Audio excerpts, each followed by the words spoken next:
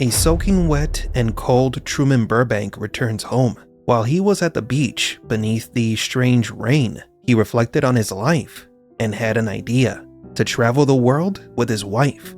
But Meryl refuses and must prevent her husband from leaving Sea Haven at all costs. You're soaked. Where have you been? Meryl does not respond positively to the idea of traveling the world with her husband. While wearing a smile on her face and an affectionate demeanor, every response she gives Truman is discouraging. Truman must not leave Sea Haven, and part of Meryl's job is to ensure that he doesn't. Oh, and hi. I'm the voice of Matrix Explain. I also do the voice of Gloomy Geek. Hello. She mentions how the life they have built together makes the trip Truman desires impossible, and suggests that he is acting very immature. Maybe I feel like a teenager. After Meryl saw that Truman remained steadfast in his travel plans, despite the remarks about their lifestyle and his supposed lack of maturity, she continued to pressure her husband regarding their finances, pointing out that they still have to pay their mortgage and the car loan. Every bill Truman has to pay is a burden that anchors him even more firmly to Sea Haven. Yet Truman does not lose hope of embarking on an adventure. Be an adventure. Seeing that she could not dissuade Truman, not even by playing on his fears of losing their home, Meryl proceeds to manipulate him using the notion of having a child. What a coincidence, isn't it?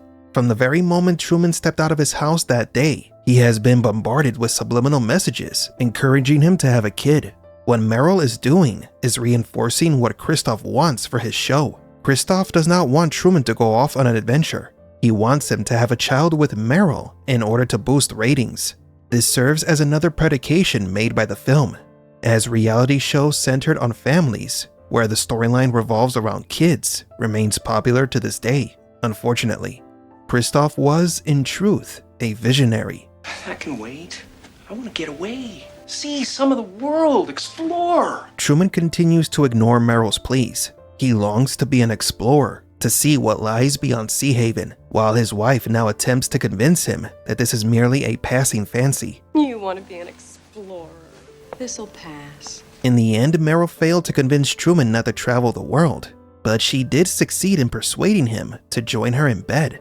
Meryl is one of the most intelligent characters in the film, despite being a bad actress. Thanks to her manipulations, she has managed to keep Truman under her control for years. However, her grip on him is now beginning to weaken. We now shift to the first scene set in the outside world, where two security guards are discussing what has just transpired between Meryl and Truman. You never see anything anyway, though. It's turn the camera and play music, and the wind blows in and the curtains move, and you don't see anything. What the guard is complaining about is one of the most widely used techniques in cinema. Rather than showing risque scenes, the camera typically shifts its focus to something else, usually an inanimate object. It is a method of keeping the content suitable for all general audience, to protect the children, a boundary the show is unwilling to cross. Truman's intimate moments are censored.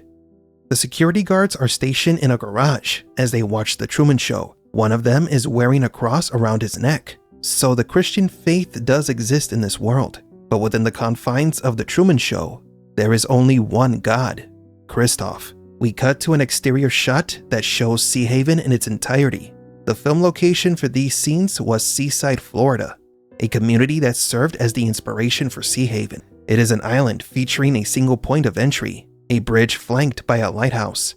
It is a relatively small town, a veritable paradise on Earth, though Truman has grown weary of it and longs to escape. And so Truman's new day begins. He revisits the newsstand, where a man is engrossed in a newspaper. If we pause the film, we can read the headline, The Island Times. Who needs Europe? Swedish neurologist moves to Sea Haven. This newspaper is published the next day after Truman tells his wife that he wants to travel the world. This reconfirms that the news outlets within Truman's world are indeed fabricated to manipulate him, in this instance by announcing the arrival of a new doctor in town and emphasizing Sea Haven's prestige, implying that important people from around the world are flocking to this town. Now perhaps you have experienced something similar. You are discussing a specific product, only to turn on your smartphone moments later and find yourself bombarded with advertisements for that very item, as if your phone had been listening to you. This is precisely what happened to Truman all the time. Every piece of advertising was specifically targeted based on the things Truman said to those closest to him. Thus, the constant surveillance of Truman was employed as a tool to keep him under control. After Truman purchases the day's magazine, something strange occurs. A man bearing a striking resemblance to his father, who had supposedly died at sea, is seen walking through the town before being abruptly dragged away by a group of mysterious men. What exactly is happening in this scene? Why has Truman's long-lost father suddenly returned at this particular moment in the story? This represents a pivotal moment for Truman, one in which he no longer has any reason to remain in Sea Haven. His dream of traveling the world is something he shared with his father. Meanwhile, Christoph, running out of options to keep Truman under his thumb, deploys a crowd of people to physically separate Truman from reaching the man who looks like his dead dad. Truman tries to catch up with him, but fails. Dad? Oh, hey, what are you doing? Somebody stop the bus! He then runs to an intersection where we can read the phrase, unos pro unibus, unes pro uno, which means one for all and all for one. This motto typically signifies empathy. When one person fails, everyone else helps them. Likewise, the community should support its individual members. However, in this movie, this motto is interpreted differently. The entire show revolves around Truman. Thus, the town is all for one, but Truman is not one for all. Everything revolves around Truman. It might appear that everyone is there for him, but they are not there out of loyalty, nor out of love, nor by choice. They are merely fulfilling a role within a system. They do not help him. They guard him. They do not support him. They control him. Everyone works for the Truman Show, except for Truman himself.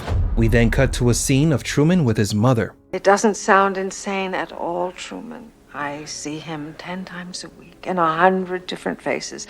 I almost hugged a perfect stranger in the salon last Thursday. It was Dad. I swear, dressed like a homeless man. And you know what else was strange?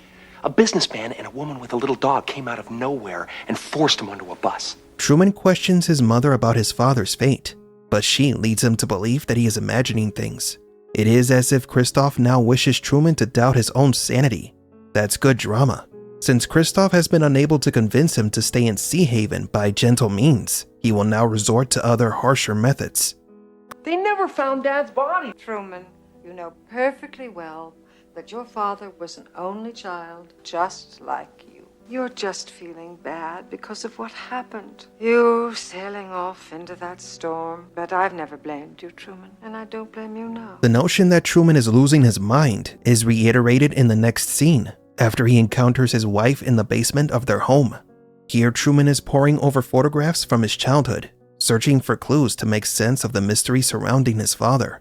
However, Merrill begins to question him, yet another person making him believe that he has lost his mind. What are you doing down here? Fixing the more. Saw my father today.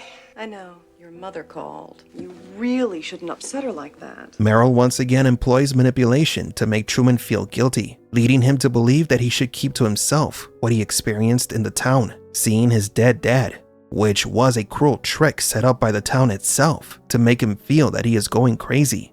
This is yet another way Christoph utilizes Truman's wife to pressure and control the poor guy, and Truman is not pleased by this. He is growing tired of his wife's attitude. What did you want? I made macaroni. I'm not hungry. You know, you really ought to throw out that mower. Get one of those new Elk rotaries. Elk Rotary Lawnmower is another company that advertised its products on The Truman Show. What could have been an honest conversation between Truman and his wife abruptly transitioned into another commercial, this time for a lawnmower. This means that every time Truman mows his lawn, he is unwittingly advertising this product. Merrill has once again manipulated Truman, made him feel bad, and then suddenly promoted a corporate brand. Truman remains in the basement, dreaming of escaping to Fiji.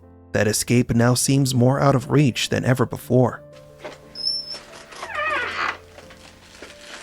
Every time Truman contemplates leaving Sea Haven, the system finds a way to keep the man trapped, whether through manufactured family emergencies, responsibilities, or by bringing the dead back to life. It illustrates how, even though he believes he is free, the entire system has steered him down a predetermined path, from which newspaper to buy to which brand of lawnmower to use. But what if not deceased relatives returning to life is enough to keep Truman in Sea Haven. I'm a Gloomy Geek, and don't forget to like and subscribe.